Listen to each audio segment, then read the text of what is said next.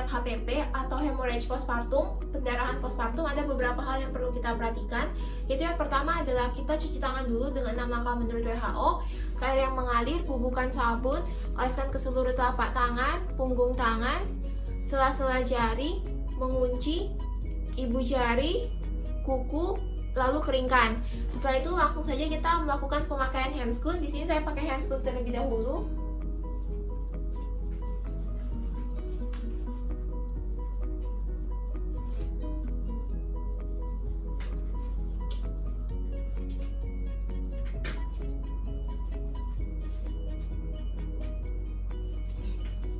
Setelah selesai saya pakai handscoon, saya akan menjelaskan tentang pendarahan postpartum, di mana dibagi dua, yaitu primer dan sekunder. Primer adalah ketika pendarahan lebih dari 500 cc dan biasanya terjadi penyebab utamanya 80% karena atonia uteri. Jadi atonia uteri sendiri adalah uterusnya itu lembek dan tidak mampu berkontraksi. Sedangkan kalau untuk HPP sekunder itu biasanya terjadi pendarahan dalam 24 jam postpartum sampai 6 minggu postpartum. Nah, kemudian ada beberapa penyebab-penyebab yang menyebabkan terjadinya HPP. Biasanya kita sebutnya adalah 4T. 4T itu bisa karena tonusnya, kemudian bisa karena trombin, faktor pembekuan, misalnya seperti gangguan di IC, gangguan pembekuan darah, bisa juga terjadi pendarahan. Kemudian bisa karena tisu, misalnya seperti ada sisa plasenta, mungkin atau retensio plasenta dan lain sebagainya. Bisa juga karena trauma, yaitu robekan jalan lahir atau perlukaan jalan lahir. Nah, kemudian selanjutnya, karena tadi dikatakan bahwa 80% penyebab dari HPP adalah atonia uteri, yaitu uterusnya tidak mampu berkontraksi, maka kita memberikan obat-obat untuk menginduksi terjadinya kontraksi uterus atau uterotonika. Yaitu di sini ada beberapa obat-obat. Kalau bisa dilihat, ini ada oksitosin, kemudian ada ergometrin. Ergometrin ini bisa kita berikan pada pasien-pasien yang tidak punya hipertensi. Kemudian ada juga misoprostol. Nah, kemudian setelah kita mengetahui obat-obatnya, ini ada bagan untuk penanganan khusus untuk atonia uteri. Jadi, ketika kita mendapatkan pendarahan postpartum dengan kasus atonia uteri, maka yang pertama kita lakukan adalah kita massage dulu di bagian fundus uteri, itu maksimal 15 detik. Setelah itu kita lihat apakah uterusnya itu bisa berkontraksi sendiri tanpa massage kita atau tidak. Jika ya, kita evaluasi. Jika tidak, kita lanjutkan kepada KBI, yaitu kompresi bimanual interna. Nah, nanti bakal saya jelasin caranya kompresi bimanual interna. Kemudian jika kompresi bimanual interna ini kita lakukan pada maksimal 5 menit. Jika berhasil, kita tambah lagi 2 menit. Nah, jika tidak berhasil, kita bisa melakukan KBE, yaitu kompresi bimanual eksterna. Dan juga kita bisa menyuntikkan metil ergometrin 0,2 mg intravenus pada pasien-pasien yang tidak hipertensi. Kemudian kita juga bisa pasang infus, yaitu 20 international unit oksitosin dalam 500 cc ringan laktan. Kemudian jika KBE juga tidak berhasil, maka langsung kita rujuk saja ke dokter spesialis untuk dilakukan laparotomi mungkin, atau ligasi arteri uterina atau arteri hipogastrika dan lain sebagainya. Yang dimana pada bagian bawah ini sebenarnya sudah bukan merupakan kewenangan dari dokter umum. Nah, kemudian setelah itu, ini ada gambar. Jadi ini adalah kompresi bimanual interna, ini eksterna. Kemudian ini adalah proses pelepasan plasenta secara manual, dan ini ada kondom kateter. Jadi kalau kompresi bimanual interna itu, kita meletakkan satu tangan kita. Kalau saya tangan kiri itu di daerah bagian dinding perut ibu, di bagian korpus tapi bagian belakang uteri, bagian fundusnya. Kemudian tangan satunya kita, yang tangan kanan ini, masuk ke dalam vagina, kemudian menempatkannya di bagian korpus depan. Jadi kita berusaha untuk berusaha untuk menyatukan kedua tangan kita. Ini tangannya dikepal, masuk untuk mengkompresi pembuluh darah dengan tujuan agar pendarahannya terhenti. Nah, jika tidak berhenti, pendarahannya masih berdarah, kita bisa lanjutkan dengan kompresi bimanual eksterna. Nah, kompresi bimanual eksterna ini bisa dilakukan oleh keluarga maupun penolong lainnya.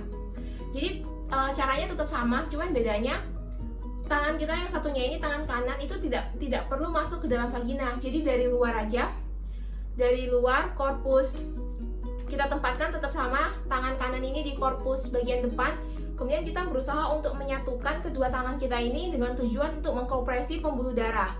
Jadinya dengan harapan bahwa pendarahannya terhenti. Gitu. Tapi jika kita sudah melakukan KBI, KBE tapi masih mengalami pendarahan, maka kita bisa melakukan pemasangan kondom kateter.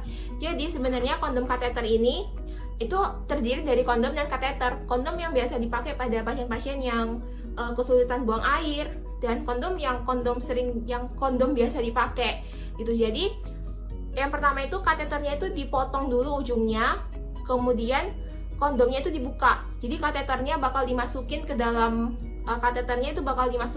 kondomnya. Kemudian nanti ujung kondomnya itu bakal diikat dengan kuat. Itu tujuannya agar nggak bocor gitu, karena di dalamnya nanti bakal kita isiin infus. Kemudian dari kondom kateter ini bakal kita kembangkan jadi balon kateter, dimasukin ke dalam uterus dengan harapan dia bisa mencegah pendarahan, bisa menghentikan pendarahan. Ini kondom kateter. Kemudian, jadi sebenarnya untuk melakukan checklistnya sendiri, jadi yang pertama jika kita dalam situasi penanganan HPP, yang pertama yang perlu kita lakukan adalah kita teriak dulu minta tolong. Kemudian selain kita teriak, kita minta tolong, kita harus melakukan massage. Nah, massage-nya ini di bagian fundus uteri itu maksimal 15 detik aja. 15 detik. Kemudian setelah semuanya masih pendarahan, kita tuh harus mencari tahu. Kita harus mencari tahu sebenarnya pendarahannya ini tuh dari mana. Seperti yang udah saya bilang tadi, itu ada 4 penyebab, 4T: tonus, tisu, trauma, ataupun trombin, karena gangguan faktor pembekuan darah yang menyebabkan pendarahan tidak bisa berhenti. Nah, kemudian setelah kita mengetahui penyebab pendarahannya, maka langsung saja kita melakukan kompresi bimanual interna. Jadi kalau pada kasus atonia uteri, jika pendarahan terus berlanjut, maka kita melakukan kompresi bimanual interna dulu. Kompresi bimanual interna seperti yang sudah saya contohkan tadi, tangan kanan masuk ke dalam vagina, ke korpus bagian depan, kemudian kita berusaha menyatukan kedua tangan untuk mengkompresi pembuluh darah untuk menghentikan pendarahan. Nah, kemudian samping itu jika berhasil, kita lakukan 5 menit ditambah lagi 2 menit. Kemudian jika masih belum berhasil, kita bisa memberikan oksitosin. Oksitosin ini kita berikan dalam 20 international unit dalam 500 cc lingeraktan, 60 tetes per menit, dan juga kita bisa berikan metil ergometrin 0,2 mg intravenous pada pasien-pasien yang tidak hipertensi. Gitu. Kemudian kita melanjutkan kembali dengan pemberian oksitosin 20 international unit dalam 500 cc lingeraktan, 40 tetes per menit maksimal sampai 1500 cc. Nah, kemudian setelah tidak berhasil juga, ya kita rujuk aja ke dokter spesialis kandungan SPOG, tapi dalam kondisi kita harus tetap kompresi. Kita harus tetap berupaya untuk melakukan kompresi pembuluh darahnya untuk mencegah pendarahan lebih banyak lagi. Nah, itu kalau pada kasus atonia uteri. Jika pada kasus sisa plasenta atau mungkin retensio plasenta itu berbeda. Jadi yang pertama kita harus berusaha mengeluarkan secara digital sisa plasentanya.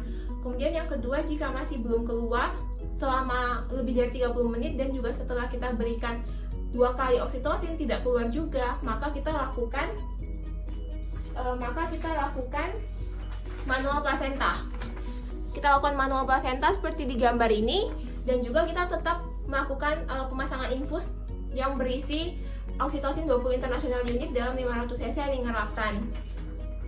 Nah, kemudian jika masih tidak keluar lagi, kita rujuk aja ke dokter spesialis kandungan beserta timnya. Kemudian selanjutnya, jika pasien mengalami shock, semua tekanan darah itu rendah, sistoliknya rendah, kurang dari 90 mm raksa, kemudian nadinya lemah cepat, pucat, lemah. Nah, caranya kita selimutin ibunya, terus kita angkat kakinya melebihi posisi jantung. Ini dengan tujuan agar aliran darah ke organ-organ vital, ke otak, itu semua masih tercukupi. Kemudian selanjutnya kita beri ibu untuk oksigen. Oksigennya itu kita bisa beri 4-5 liter per menit. Kemudian selanjutnya pasang infus dengan ukuran jarum 16-18. Lalu kita bisa ambil sampel darah ibu untuk ngetes misalnya hemoglobinnya atau mungkin trombinnya untuk Kalau misalnya kita ada kecurigaan, oh ini mungkin ini nih karena trombin, karena gangguan proses pembekuan darah. Kemudian selanjutnya masukkan infus kristaloid. Jadi infus kristaloidnya itu bisa pakai ringan laktan ataupun NaCl 1 liter. Kemudian kita tambahkan sedikit lagi 2 liter infus ringan laktan selama 1 jam. Tapi kita harus tetap memonitor input dan output dari cairannya gitu, agar nggak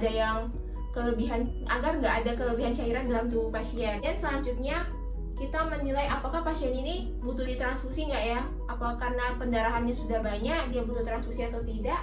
Kemudian tanyakan tentang hasil laboratoriumnya seperti hemoglobinnya serta kondisi klinisnya, dan kita lakukan kateterisasi kandung kemih.